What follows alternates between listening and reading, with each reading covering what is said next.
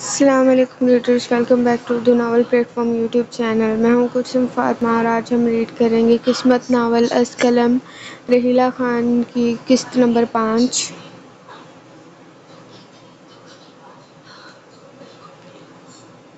All rights reserved. Urdu novel platform strictly prohibited to copy paste. Rude hero, cousin based romantic second marriage, innocent heroine. Rimal, تم شادی میں اتنی اکھڑی اکھڑی سی کیوں تھی؟ عرش رمل کے کمرے میں بیڈ پر بیٹھی کتابوں میں الجھی اس سے پوچھ رہی تھی۔ اکھڑی نہیں تھی یار، بس وہ لوگ چپکو لگ رہے تھے۔ دیکھا نہیں وہ آنٹی کیسے بار بار میرا ماتھا چومتی اور وہ ساحر جیسے سالم نگل جائے گا۔ اچھا میں نے نوٹ نہیں کیا، تمہارا دھیان تھا کہاں ویسے یہ بتانا؟ رمل عرش کی چڑھائی کرنے لگی۔ میری ہیلپ چاہیے؟ منال رمل کے کمرے میں آتے بولی۔ وہ دونوں جو اسٹڈی میں مگن تھیں منال کو دیکھا۔ نہیں آپی، ہم کر لیں گی، جب سمجھ نہ آیا تب آپ سے پوچھ لیں گی، رمل منال کو دیکھتے کہنے لگی۔ ویسے آپی آج تو کسی کی نظر آپ سے ہٹ ہی نہیں رہی تھی، آپ بہت پیاری لگ رہی تھیں اور احراز بھائی تو دیوانے ہوئے جا رہے تھے، عرش نے کہا۔ منال اس کی بات پر بلش کرنے لگی۔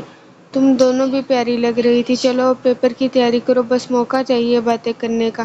میں نیچے جا رہی ہوں اماں جان کے پاس، کچھ سمجھ نہ آیا تو بلا لینا، اوکے؟ جی ٹھیک ہے آپی، وہ دونوں یک زبان بولیں۔ احراز کل کا پروگرام بنا، ملتے ہیں، گپ شپ بھی ہو جائے گی، اسپیکر سے ایمان کی آواز گونجی۔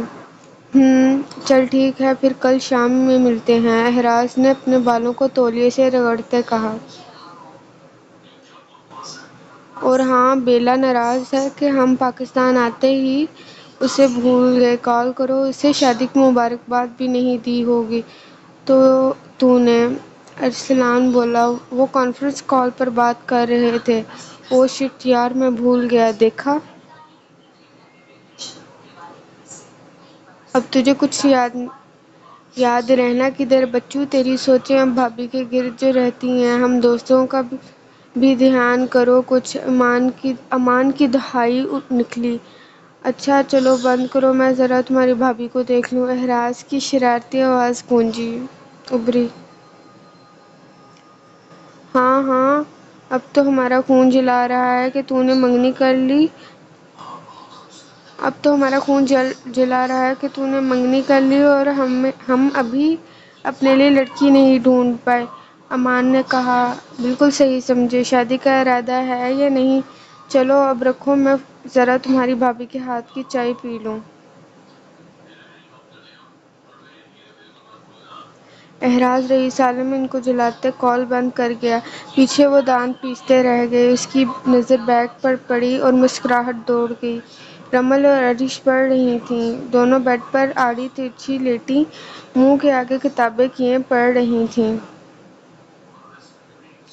عرش، رمل نے لیٹے ہوئے عرش کے بازو پر چٹکی کاٹی۔ کیا ہے، کیوں کاٹ رہی ہو؟ عرش بازو سہلاتے بولی۔ یار میں سوچ رہی کہ احراز بھائی ہمارے لیے کوئی گفٹ نہیں لے آئے، اگر لائے ہوتے تو اب تک دے دیتے نا۔ مجھے بھی یہی لگ رہا ہے، عرش چھت کو دیکھتے بولی۔ احراز کو پتہ تھا وہ سب زیادہ رمل کے کمرے میں پائی جاتیں، اس لیے ناک کرتا اندر آئے۔ وہ دونوں فوراً سے سیدھا ہوئیں اور نظر بیگ پر گئی۔ احراز جو بیگ پاس پکڑے میز پر رکھتا بولا، یہ لو تم لوگوں کے گفٹ، اب مجھے کوسنا بند کرو چھپکلی۔ وہ رمل سے بولا۔ واؤ شکریہ بھائی، وہ دونوں بولیں۔ وہ صوفے پہ جا بیٹھا۔ اچھا یہ بتاؤ منال کدھر ہے؟ رمل نے ایک آئی برو اٹھائی، جیسے اشارہ دیا ہو کہ کیوں؟ مجھے اس کے ہاتھ کی چائے پینی ہے۔ احراز مسکراتا بالوں میں ہاتھ پھیرے بولا۔ کیا بات ہے جی؟ وہ آپی اماں جان کے کمرے میں ہیں، عرش نے کہا۔ یار اسے بولو چائے بنا دے اپنے ہاتھ کی۔ احراز کسی طرح منال کو اپنے سامنے رکھنا چاہتا تھا کہ وہ ہر وقت اس کی آنکھوں کے سامنے رہے۔ ٹھیک ہے میں جاتی ہوں، پہلے آپ پرومس کریں۔ رمل بولی، کیسا پرومس؟ آپ کل باہر لے کر جائیں گے کیونکہ اس کے بعد ہم شدید مصروف ہو جائیں گے پیپر میں، اس لیے۔ ٹھیک ہے سوچوں گا، پر جب آپ سوچ لیں گے تب میں آپ ہی کو بلانے جاؤں گی۔ رمل آنکھیں گھماتی بیڈ پر بیٹھی، ٹھیک ہے چڑیل لے جاؤں گا۔ یس، یہ ہوئی نا بات۔ وہ جلدی سے باہر نکل گئی۔ کوئی حال نہیں، پاگل ہے بالکل۔ اہراز عرش کو دیکھ کر بولا۔ وہ بس کندھے اچکا کر رہ گئی۔ آپی منال دادی کے کمرے میں آئی تھیں جہاں سب پہلے سے موجود تھے۔ کوئی میٹنگ ہو رہی ہے کیا؟ رمل سب کو جمع دیکھ کر بولی۔ نہیں بیٹا جی، ویسے ہی سب باتیں کر رہے ہیں، سلطان صاحب نے کہا۔ آپی وہ مجھے آپ کے ہاتھ کی چائے پینی ہے، بنا دیں گی؟ رمل اہراز کا نام لیے بغیر بولی۔ ہاں کیوں نہیں، میں ابھی بنا دیتی۔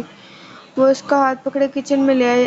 آپی چائے میں نے نہیں، اہراز بھائی نے آپ کے ہاتھ کی پینی ہے، وہ کہہ رہے ہیں چائے ان کے کمرے میں دے دیں آپ۔ رمل منال سے کہتی اپنے کمرے میں گئی کہ اہراز کے گفٹ دیکھنے کی جلدی تھی۔ اہراز اور منال کی شادی اب کر دینی چاہیے، خیر سے دونوں کی پڑھائی مکمل ہو گئی اور اب زیادہ دیر نہیں کرنی چاہیے۔ رخسانہ بیگم سب سے بولے۔ سب بڑے کمرے میں موجود تھے۔ جی رخسانہ ٹھیک کہہ رہی ہیں، زبیدہ بیگم بولیں۔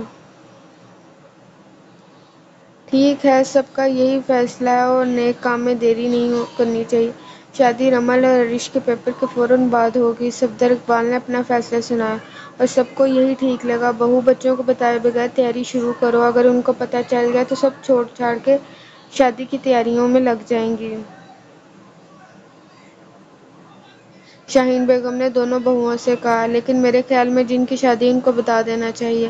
عالم صاحب بولے۔ ہاں بھائی جان ٹھیک کہہ رہے ہیں، میں صبح ہی اہراز کو بتا دوں گا، سلطان صاحب بولے۔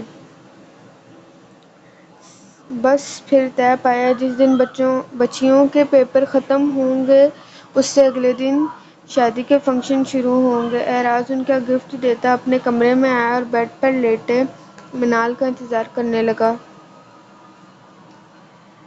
کچھ دیر بعد منال دروازہ نوک کر کے اندر آئی تو اہراز کو بیڈ پر لیٹے اپنی جانب دیکھتا پایا۔ وہ چھوٹے قدم لیتی آئی اور سائڈ ٹیبل پر کپ رکھا۔ منال، اس کے لہجے میں کچھ تو تھا کہ منال کے دل نے ایک بیٹ مس کی۔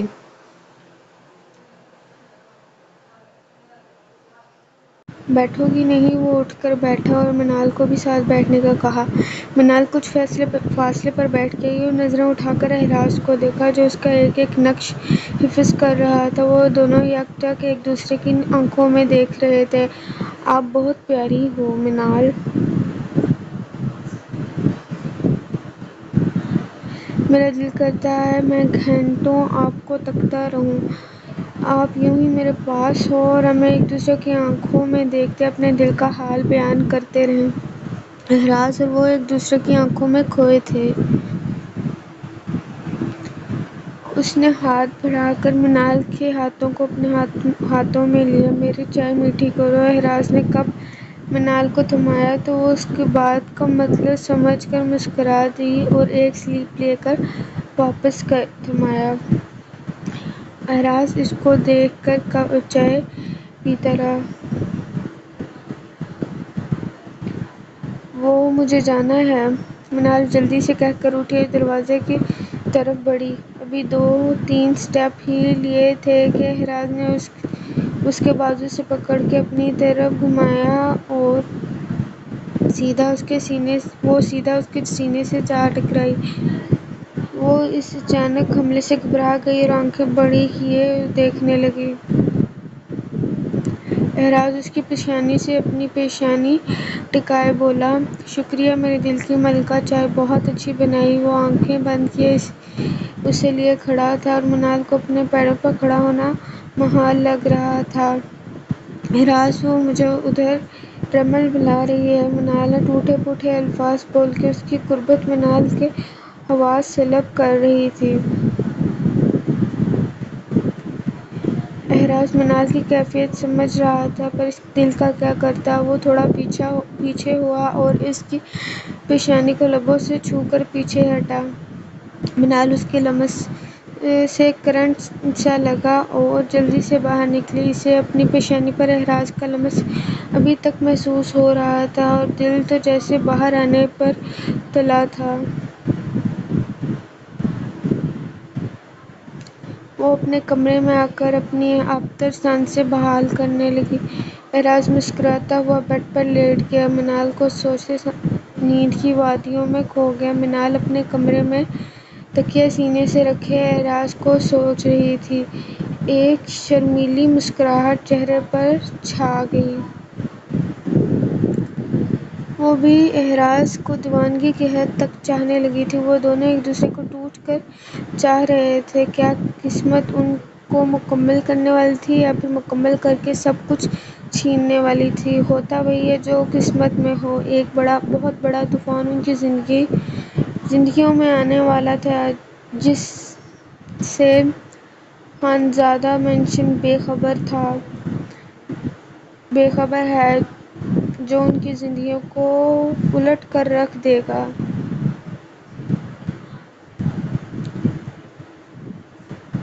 لائکس اور کمنٹس کیا کریں۔ آپ کے رسپانس کم مل رہا ہے۔ شروع میں بہت ایکسائٹڈ تھے اور اب بہت کم لائکس کمنٹ کرتے ہیں۔ اگر یہی رسپانس رہا تو پھر میں ناول پوسٹ نہیں کروں گی۔ Thanks for watching video. Please must subscribe our channel.